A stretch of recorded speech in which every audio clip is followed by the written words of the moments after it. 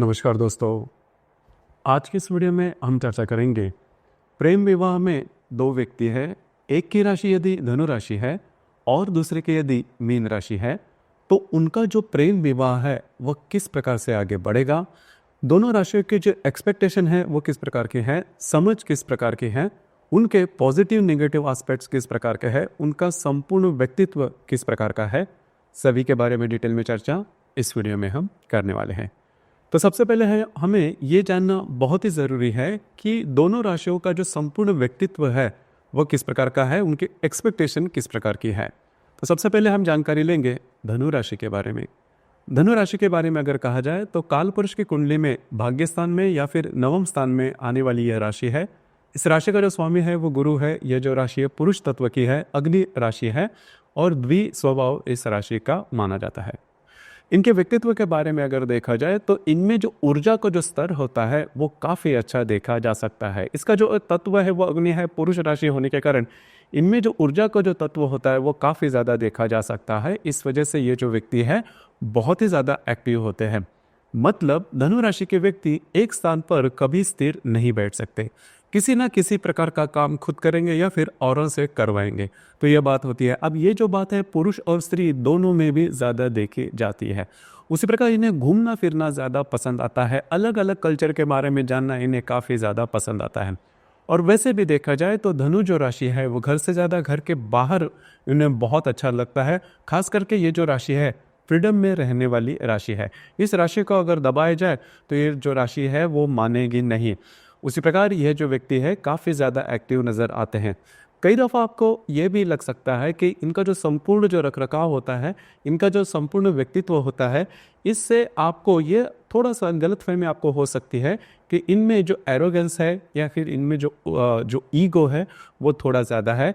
लेकिन ऐसा नहीं होता। इनका जो संपूर्ण व्यक्तित्व होता है वो उसी प्रकार का होता है कि एनर्जी बहुत ज़्यादा होने के कारण कभी कभार आपको लग सकता है कि थोड़ा सा ईगो है, क्योंकि ये जो व्यक्ति है कभी कभी जो डिसीजन है वो अपने आप ही लेते हैं या फिर थोड़े से जो कम्युनिकेशन स्किल है उसमें थोड़ा सा कम ये रह सकते हैं। मतलब इनका जो कम्युनिकेशन स्किल है वो और जो राशि है उस प्रकार से नहीं रहता। मतलब जो भी इनको बात कहनी है सीधे सीधे कहेंगे, टू द पॉइंट कहेंगे। और जब भी बातें सीधी सीधी होती है तो वो थोड़ी से आपको शार्प लग सकती है। तो बस इसी के कारण आपको लग सकता है कि धनु राशि के जो व्यक्ति हैं वो थोड़ा सा एरोगेंट है, लेकिन एरोगेंसी उनमें नॉर्मली देखी नहीं जाती। हालांकि इस राशि में जो मूल नक्षत्र है इनकी जो वाणी है वो थोड़ी सी तीखी हो सकती है। लेकिन अगर मोटे तौर पर अगर देखा जाए तो ये जो संपूर्ण राशि के जो व्यक्ति है इनमें ऊर्जा का जो स्तर होता है वो बहुत अच्छा होता है। ट्रांसपेरेंसी भी काफ़ी अच्छी देखी जा सकती है। मतलब जो बात इनके हृदय में होती है वो ही इनके जुबान पर भी देखी जा सकती है। उसी प्रकार धनु राशि के व्यक्ति में एक जो बात है वो सबसे अलग है, सबसे जुदा है, सबसे महत्वपूर्ण है, जो है इंसानियत। और इंसानियत इनमें बहुत अच्छी होती है और इसी वजह से औरों को मदद करना या फिर हेल्पिंग नेचर इनमें काफ़ी अच्छा देखा जा सकता है।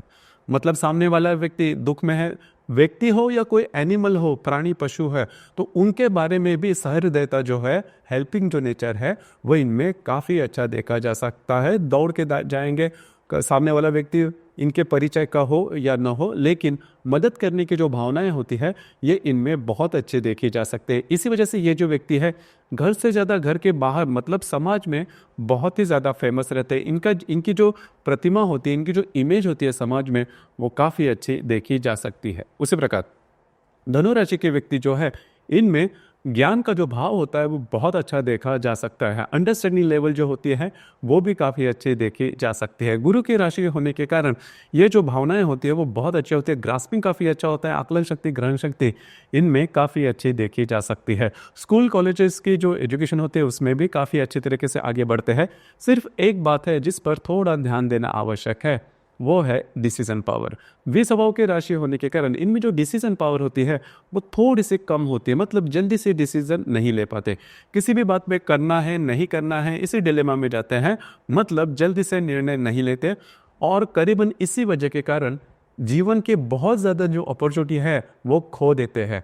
हालांकि यह जो एक ही चीज़ है, इस पर अगर ये ध्यान दें तो जीवन में बहुत ही आगे बढ़ सकते हैं, क्योंकि बाकी सभी जो गुण होते हैं वो इस राशि में बहुत ही अच्छे देखे जा सकते हैं। खास करके मूल जो नक्षत्र है उनमें जो दमखम होता है वो काफ़ी अच्छा देखा जा सकता है। सेल्फ डिपेंडेंट होते हैं, खुद के बलबूते पर आगे बढ़ने वाले होते हैं, लेकिन थोड़ा सा एरोगेंस थोड़ा सा इनमें देखा जा सकता है। उसी प्रकार मूल नक्षत्र के जो व्यक्ति हैं, स्वास्थ्य के बारे में भी छोटी मोटी परेशानियां इनको आ सकती है। माँ का सुख कम मिलना या फिर घर का सुख कम मिलना या फिर घर में थोड़े बहुत कॉम्प्लिकेशंस रहना है, जिसके बारे में आपको जो रीजनिंग है वो नहीं होता, वो बातें खास करके मूल नक्षत्र के जो व्यक्ति होते हैं उनके बारे में।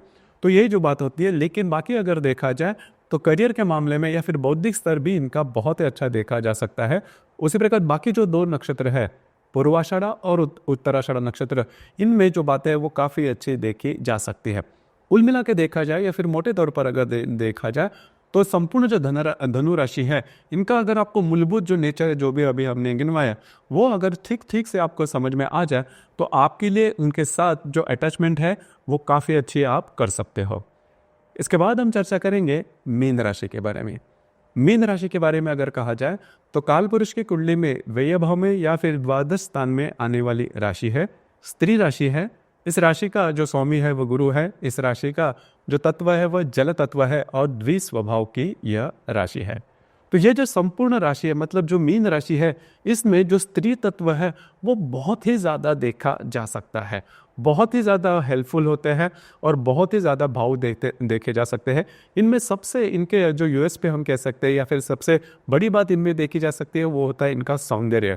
इनका जो सौंदर्य होता है वो बहुत ही अच्छा देखा जा सकता है। किसी भी मीन राशि के जो व्यक्ति है, मतलब थोड़े से नाजुक होते हैं, थोड़े से डेलिकेट होते हैं, चाहे पुरुष हो या स्त्री, ये जो व्यक्ति है शरीर में मतलब सौंदर्य भी काफ़ी अच्छा होता है, डेलिकेट होते हैं, मन से भी काफ़ी ज़्यादा डेलिकेट होते हैं, मतलब बहुत ही ज़्यादा इमोशनल होते हैं।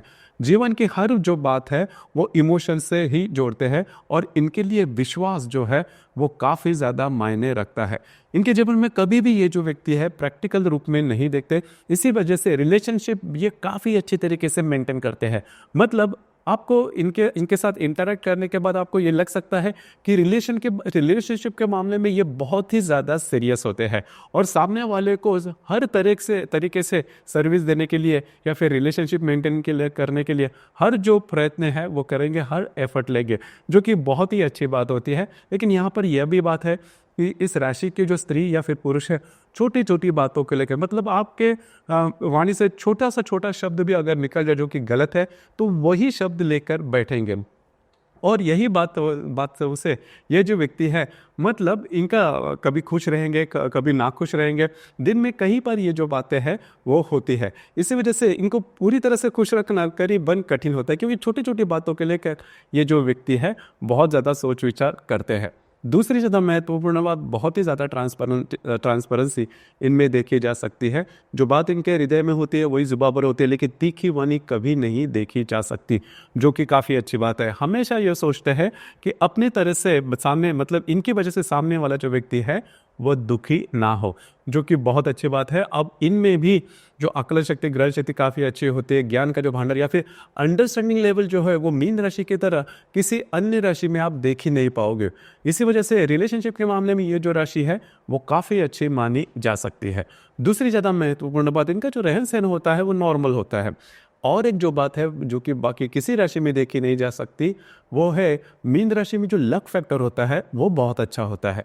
मतलब इनका जो संपूर्ण नेचर अगर आप देखो तो उसको देखकर आपको नहीं लगेगा कि ये जो व्यक्ति है जीवन में किस तरह से आगे बढ़े, लेकिन लक जो है वो काफ़ी मायने रखता है। मतलब ये जो व्यक्ति है इनमें जो हार्ड वर्किंग जो होता है, जो हार्ड वर्किंग जो नेचर होता है या फिर डिसीजन पावर जो होती है, गोल ओरिएंटेशन या फिर महत्वाकांक्षा जो होती है, वो नॉर्मली इतनी देखी नहीं जाती, लेकिन फिर भी ये जो राशि है जीवन में बहुत ही अच्छी तरीके से आगे बढ़ते हैं, क्योंकि लक फैक्टर होता है वो ज़्यादा देखा जा सकता है। डिसिप्लिन अगर ये राशि अपने में लाए तो ये जो राशि है जीवन में बहुत ही आगे बढ़ सकती है।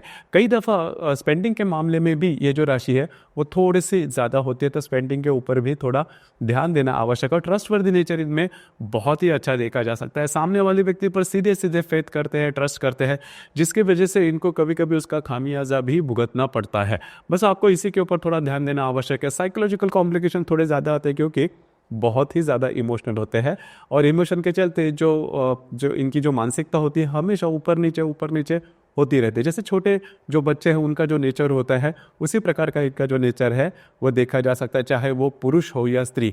बाकी अगर देखा जाए, अभी एक जो बात है जिस पे थोड़ा सा ध्यान देना, दो बातें हैं हालांकि। एक जो है लेजीनेस पर अगर ये फोकस करेंगे, क्योंकि इनको नींद काफ़ी पसंद आती है। और दूसरी सबसे महत्वपूर्ण बात जो कि साइकोलॉजिकल लेवल पर काफ़ी इंपॉर्टेंट है, वो है अकेलापन, लोनलीनेस। तो अगर ये जो व्यक्ति खुद को अगर अकेला महसूस करे या फिर लोनलीनेस महसूस करे, तो जो बातें हैं वो इनके लिए कॉम्प्लिकेटेड हो जाती हैं। फिर इनकी जो नींद है वो हराम हो जाती है, नींद नहीं आएगी, इनका जो डेली रूटीन है वो डिस्टर्ब हो जाएगा, इनकी जो मानसिकता है वो डिस्टर्ब हो जाएगी, इनका जो कॉन्फिडेंस है वो काफ़ी लो हो जाएगा। बस आपको इसी के ऊपर थोड़ा ध्यान देना है। अब जैसे हम चर्चा कर रहे थे कि धनु राशि या फिर मीन राशि दोनों यदि प्रेम विवाह के बंधन में है, देखिए दोनों जो राशियों का जो स्वामी है वो गुरु है, लेकिन दोनों का जो तत्व है, दोनों की जो इमेज है, दोनों की जो पर्सनालिटी है वो काफ़ी अलग होती है। जैसे मैंने अभी कहा कि धनु जो राशि है इनमें जो रोबस्टनेस है, जो पुरुष तत्व है वो काफ़ी ज़्यादा देखा जा सकता है, और जो मीन राशि है इनमें जो स्त्री तत्व है वो काफ़ी ज़्यादा देखा जा सकता है। अगर आप ठीक तरह से दोनों राशियों का जो संपूर्ण नेचर है, जो संपूर्ण व्यक्तित्व है, उनकी जो चाह है उसके बारे में अगर आपको समझ में आ जाए, तो आपकी जो रिलेशनशिप है उसमें किसी भी प्रकार के प्रॉब्लम कॉम्प्लिकेशन देखे नहीं जा सकते। यहाँ पर रिसीविंग एंड पर जो मीन राशि है वो देखी जाएगी, क्योंकि मीन राशि हमेशा अंडरस्टैंडिंग लेवल जो होती है वो इनकी काफ़ी अच्छी देखी जा सकती है। धनु राशि का सिर्फ एक ही बात करनी है कि कभी इनके साथ जो भी बातें हैं वो शेयर करते चलो, बिल्कुल उनको ऐसे महसूस नहीं होना चाहिए कि वो अकेले हैं। किसी भी वक्त में, किसी भी समय में आपको ये दिखाना होगा बोल के या फिर आपका जो भी एक्शन होगा उससे कि आप उनके साथ हो। अगर ये बात आप अच्छी तरह से कर लो तो आपको मीन राशि से किसी भी प्रकार के प्रॉब्लम कभी भी नहीं आएंगे, जो कि काफ़ी अच्छी बात है। दूसरी महत्वपूर्ण बात, कभी कभी होता क्या है कि धनु राशि के बारे में हमने जैसे कहा कि धनु राशि की जो वाणी है वो कभी कभी तीखी हो सकती है, तो इसी के ऊपर थोड़ा सा ध्यान देना आवश्यक है, क्योंकि अगर वाणी से भी आपका तीखा कोई शब्द निकल जाए तो जो सामने वाला व्यक्ति है वो सहन नहीं कर पाता, खास करके मीन राशि की जो व्यक्ति है। तो यह जो बातें हैं, छोटी मोटी बातें हैं, हालांकि इस पर अगर आप ध्यान दें तो आपका जो वैवाहिक जीवन है वो सफल हो सकता है, इसमें बहुत बड़ी प्रॉब्लम नहीं आ सकती। और दूसरी ज़्यादा महत्वपूर्ण बात जो कि विवाह के बारे में सबसे इम्पोर्टेंट है, काम जीवन। काम जीवन के मामले में अगर देखा जाए तो जो धनु राशि के जो व्यक्ति है उनका जो काम जीवन होता है, काम भावना जो होती है वो काफ़ी ज़्यादा हेल्दी देखी जा सकती है।